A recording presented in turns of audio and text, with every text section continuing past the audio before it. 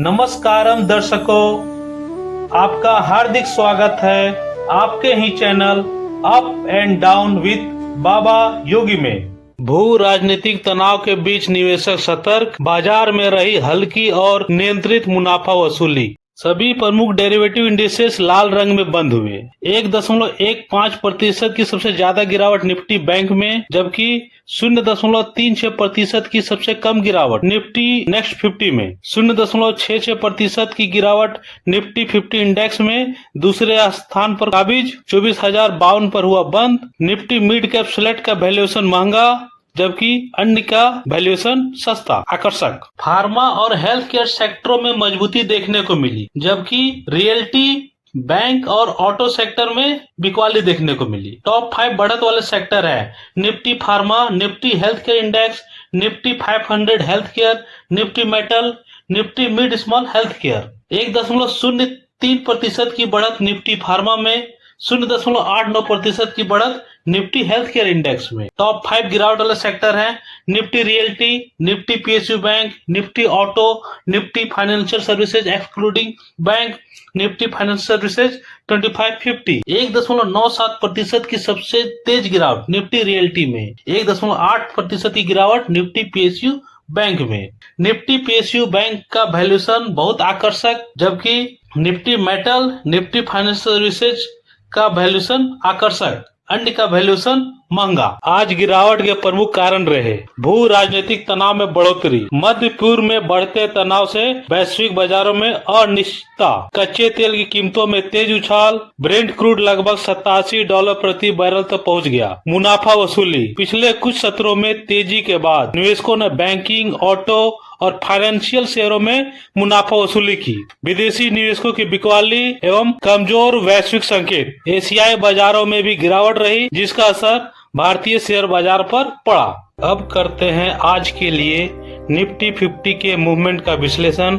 कहां से सपोर्ट मिला, कहां से रिजेक्शन। आगे बढ़ने से पहले यह जरूरी और उपयोगी सूचना आपके लिए। 15 मिनट टाइम फ्रेम पे बना यह कैंडल एक बेयरिश प्राइस एक्शन को इंडिकेट कर रहा है। हर बार प्राइस अपने स्विंग लो के नीचे जा रहा है, मगर एक टेल बनाते हुए ऊपर क्लोज दे रहा है। जैसे पहला कैंडल का लो था 24,050 का, फिर 10:15 बजे कैंडल इस लो के नीचे जाना चाहा और लो बनाया 24,040 का, मगर क्लोज दे दिया एक टेल बनाते हुए 24,095 के आसपास। फिर 1:30 बजे बना एक कैंडल अपने स्विंग लो को टच करके रिजेक्शन के साथ ऊपर ही क्लोज दिया। फिर 2:45 बजे का बना एक कैंडल, ये भी अपने स्विंग लो के नीचे टेल बनाया है।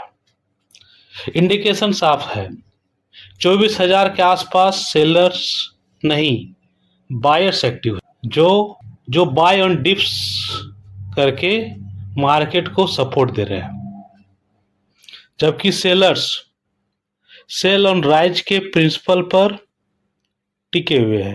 हर बार जब प्राइस एक्शन ये ब्लू वाला ट्रेंड लाइन के आसपास जाता है, एक प्रॉफिट बुकिंग देखने को मिल रही है।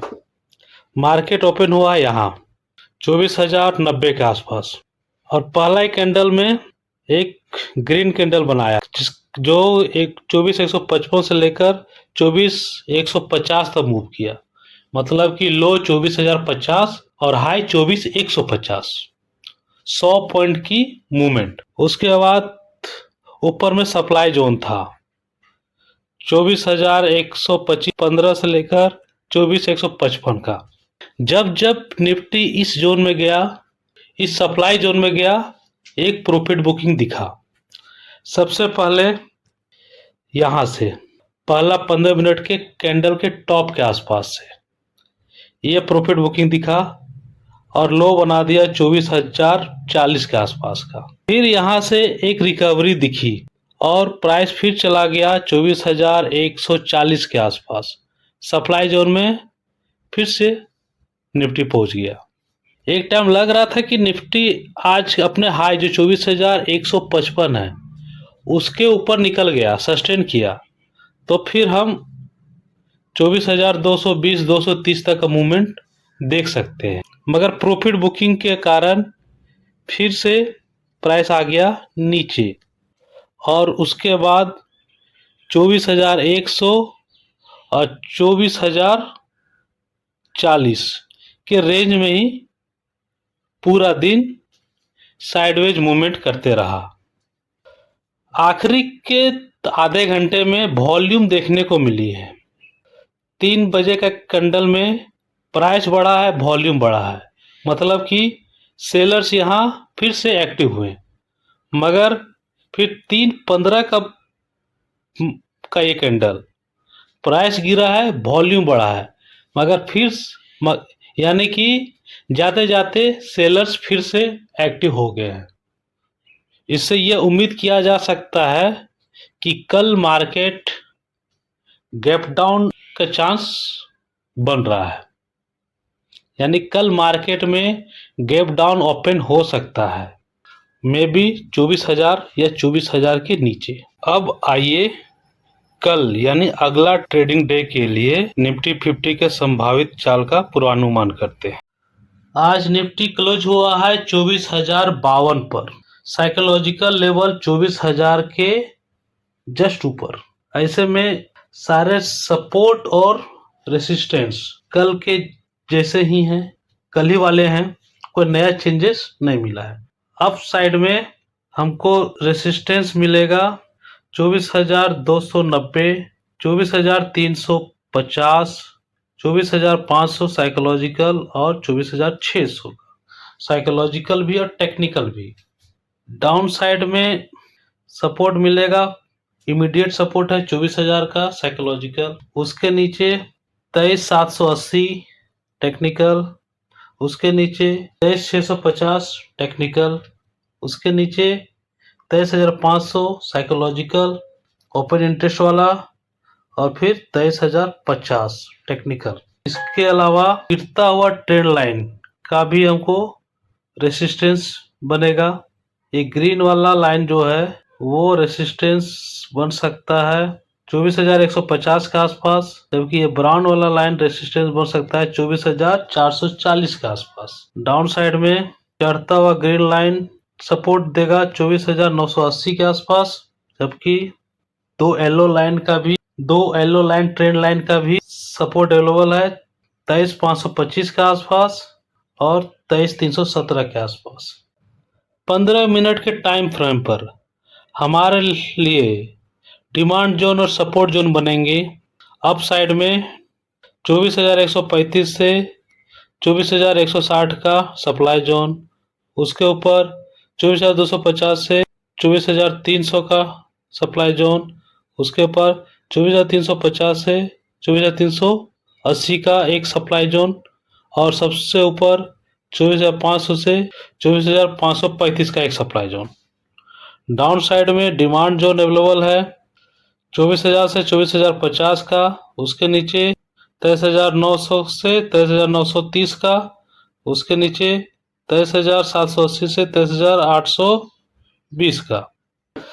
15 मिनट टाइम फ्रेम में लास्ट के आखिरी घंटे में वॉल्यूम देखने को मिली है और आखिरी 15 मिनट कैंडल में प्राइस भी गिरा है, वॉल्यूम बढ़ा है, मतलब कि कल एक हमको प्रॉफिट बुकिंग देखने को मिल सकती है स्टार्टिंग।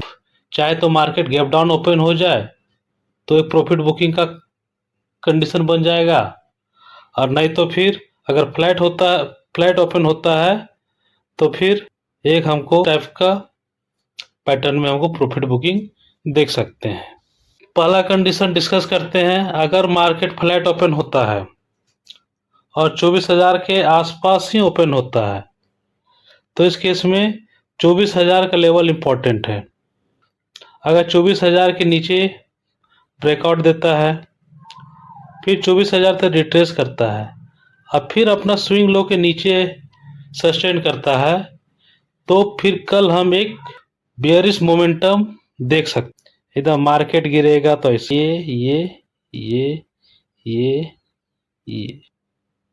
परंतु अगर मान लीजिए 24,000 के आसपास मार्केट साइडवेज मूवमेंट कर गया, एक रेंज बना दिया। तो इस वक्त तो फिर इस रेंज का ब्रेकआउट जिधर देगा या ब्रेक डाउन देगा वो फिर मेजर रोल प्ले करेगा। उम्मीद करते हैं कि ये कंडीशन ज़्यादा फिजिबल रहेगा, क्योंकि 24,000 के आसपास बाइंग भी देखने को मिल रही है। तो उम्मीद है कि कल 24,000 के आसपास बाइंग भी दिख सकती है और सेलिंग भी दिख सकती है। इसलिए कल के लिए 24,000 का लेवल एक पाइवट जोन है, और अगर ब्रेकआउट मिलता है तो फिर ये रहेगा पैटर्न। इस सप्लाई जोन में मार्केट ठहरेगा या फिर ये पैटर्न बनेगा।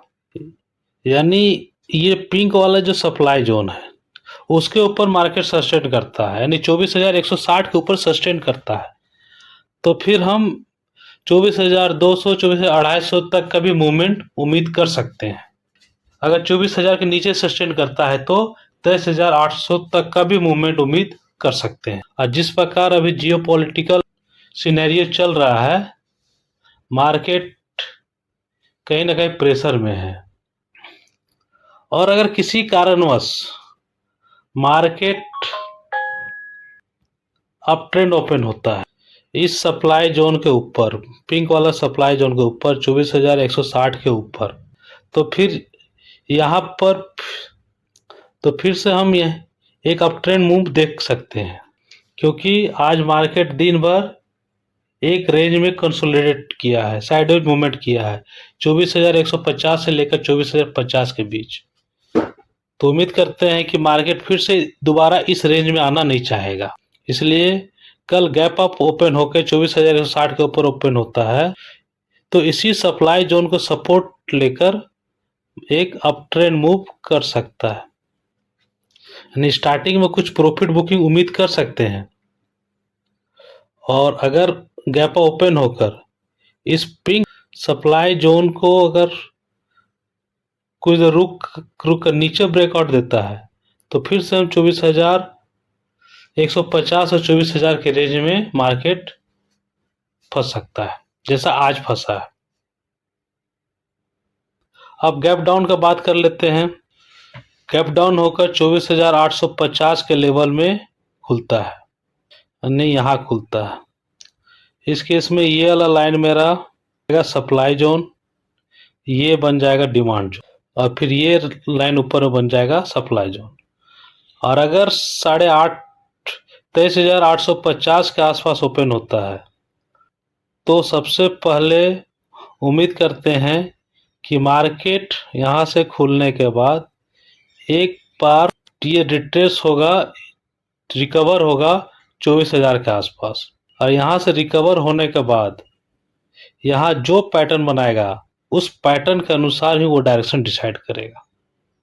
अगर रिट्रेस होके ऊपर निकलना होगा, अगर यहाँ आके रिट्रेस होके फिर ऊपर निकल जाता है तो निकल सकता है, और अगर यहाँ आके रिजेक्शन देते हुए लोअर हाई का पैटर्न बनाते हुए फिर से हम एक डाउनवर्ड मोमेंटम का भी उम्मीद कर सकते हैं। मगर इतना क्लियर है कि अगर कल गैप डाउन मार्केट ओपन होता है तो कभी ना कभी ये 24,000 तक रिकवर करेगा जरूर। 24,000 के रिकवर होने के बाद ही अगला वो, अब देखते हैं कल क्या होता है। अन्य उपयोगी सामग्री के लिए लाइक, शेयर एंड सब्सक्राइब कीजिए up and down with Baba Yogi.